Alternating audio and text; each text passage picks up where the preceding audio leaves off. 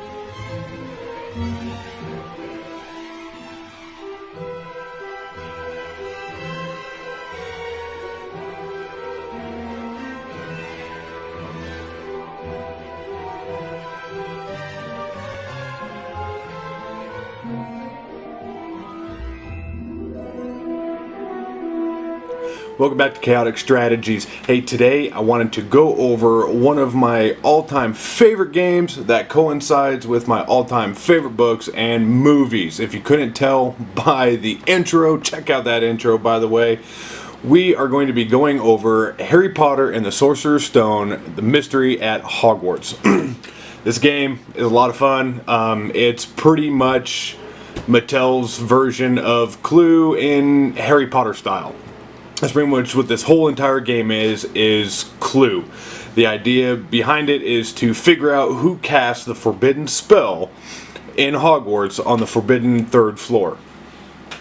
So let me give you a quick rundown on the game, guys, before I take you guys over to the deduction table and show you gameplay and a couple strategies you can use to kind of get the one-up if you guys have this game.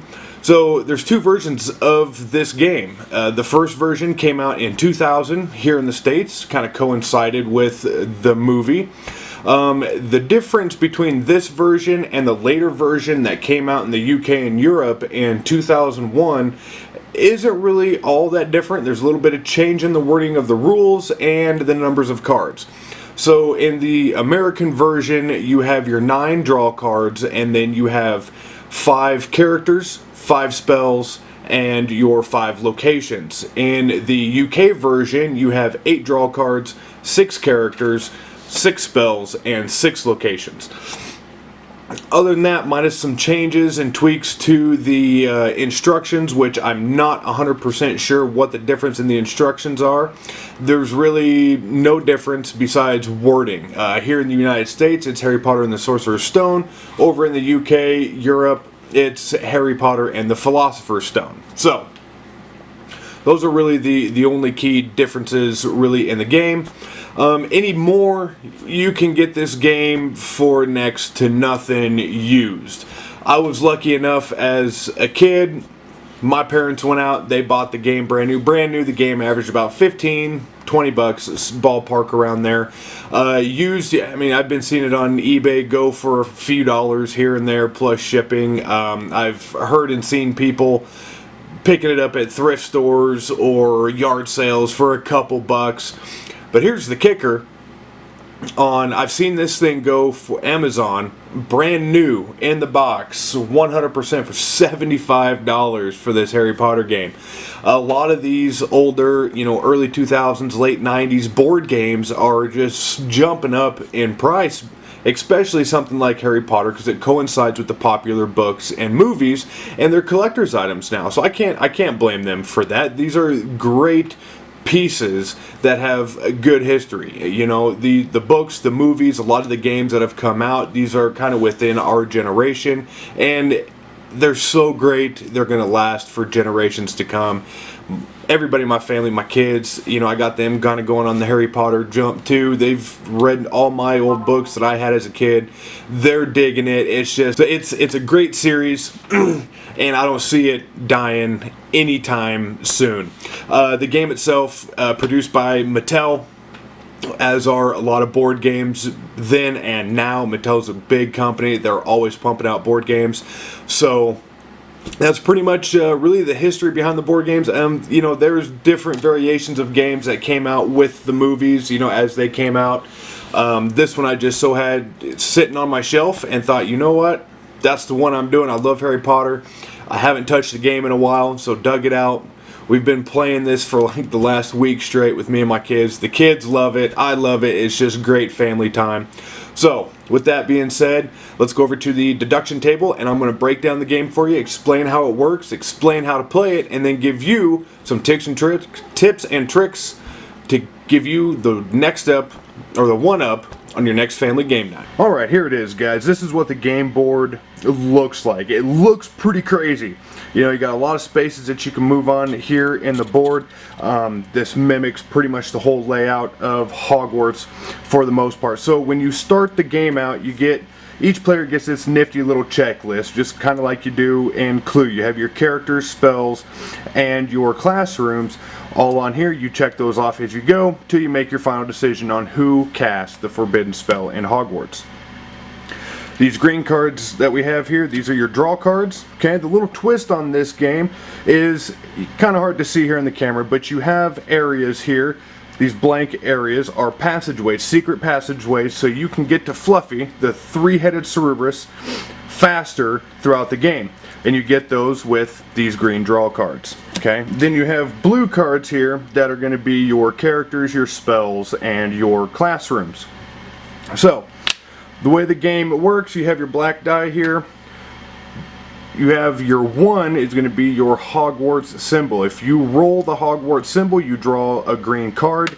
You immediately use the card before you move. You have 6 pieces. I only have 5. I lost one of the pieces over the years that I've had this. But you have 6 pieces, and then you have your ghost. This is the other addition to this game that Clue didn't have. Your ghost, I'll explain what that does here in a minute. So when you set the game up, your ghost sits on the blue dot. You have your 6 players start in the center of the board here. So when you roll your die, you have, we have a 6 and a 5. So I can either choose to move either my character 11 spaces, the ghost 11 spaces, or I can split the die up. I can move my character either 6 or 5 and then move the ghost either 6 or 5 spaces. So the whole object is to gather as much information as you can. Before you start the game, you shuffle up your blue cards, you separate them all out between characters, spells, and locations, get them shuffled up, and then you take the top card from each of those piles and you put it in Fluffy's folder. Fluffy has an awake side, Fluffy has a sleeping side. Fluffy goes there on the forbidden 3rd floor corridor, which is kind of hard to see in the camera. There it is. So that's where Fluffy sits until you get up there to make your final guess. Okay, so let's say we've got somebody sitting over here and we wanted to move our ghost. Okay, so what you can do, you can move the ghost the 5 spaces, 1, 2, 3, 4. We're going to bump them 5. So when they get bumped by the ghost, they go back to the center. Now, when that player gets bumped by the ghost, whoever was in control of the ghost during that turn can ask that player to show them either a character, spell, or location card, and then they can mark that off on their checklist, gathering information. Another thing you can do to gather information is whenever you land inside any of the classrooms, you can make a guess. Now, when you make a guess, you can call out cards that you have in your hand to throw off other players, or just make a random guess. As you make your guess, the other players have to call out if they have. So if I say it was Harry Potter that used a sleeping potion in Defense Against the Dark Arts class, if anybody had any of those cards, they would have to say that out loud, which is a downfall because now everybody at the table knows that those cards are not in Fluffy's folder. Once you have your guess figured out, you have to come up to Fluffy and make your final guess. If you guess right, Fluffy goes to sleep and the game's over. If you guess wrong, you are expelled from Hogwarts. You are out of the game, and then the rest of the game continues playing until we have a winner of the game. So, there is one card in the green cards that is your Cloak of Invisibility. If you have that card stays with you, and you are immune to the ghost. You can pass through the ghost cannot bump you, touch you, anything. So the other thing with this game that's pretty interesting that they made this. Normally, if you don't have the Cloak of Invisibility, you cannot jump the ghost. Okay, you can't jump over the ghost. And you can't jump over any other players unless they're on a staircase. So if they're on a staircase, you can jump over them to continue your moves. Now if you land on the same tile as a person on the staircase, you would go to the next available open tile. So you can either sit one behind them or one ahead of them. And that's pretty much the gameplay. I mean, the gameplay is very simple, very artistic. I really like how this board was put together. It's a very nice, clean looking board that resembles Hogwarts very well. I think they went more towards what it would look like in the books versus the movie, but still very clean, very, very well done. So some of the strategies that you can utilize in this game from even playing recently, since I haven't played this game since I was probably 13, 14 years old. So one of the strategies that I like to utilize in this game is I will keep bouncing in and out of classrooms and making random guesses. Doing it that way, it allows me to get information quickly. So, and when I do that, 9 times out of 10, I will call out 1 or 2 cards that are already in my hand just to throw everybody else off. So if I already have it marked off on my checklist because it's in my hand and I call one card that I don't have, then I will wait until they call that out. If nobody calls it out, then I know that that one card is in Fluffy's folder. Now, doing it that way, you don't run the risk of everybody else marking or knowing what everybody else has. Okay? So if I call off 2 cards that are in my hand and nobody says that they have those, everybody's going to think that 2 of those cards are in Fluffy's folder.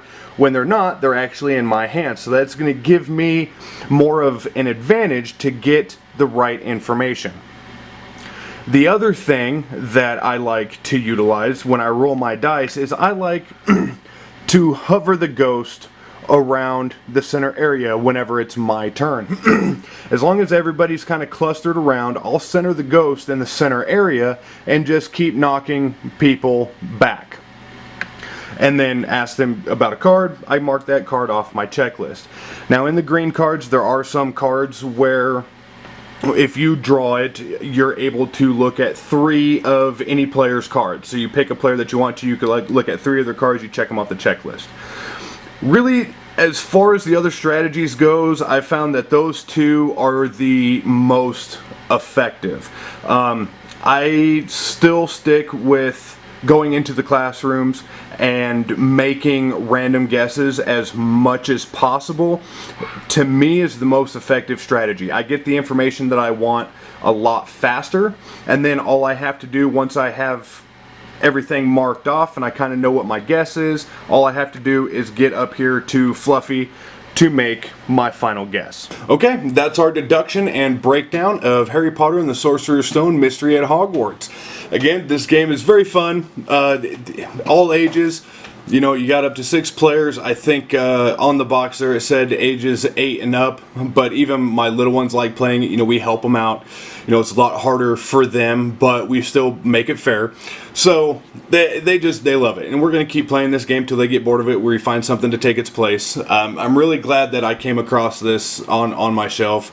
It's really fun for all ages, and it's just another great game to stay connected to the family.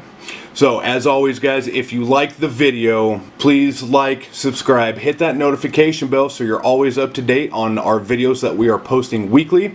You can also follow us on Twitter, Facebook, and Discord. Just go ahead and hit the links up in the banner.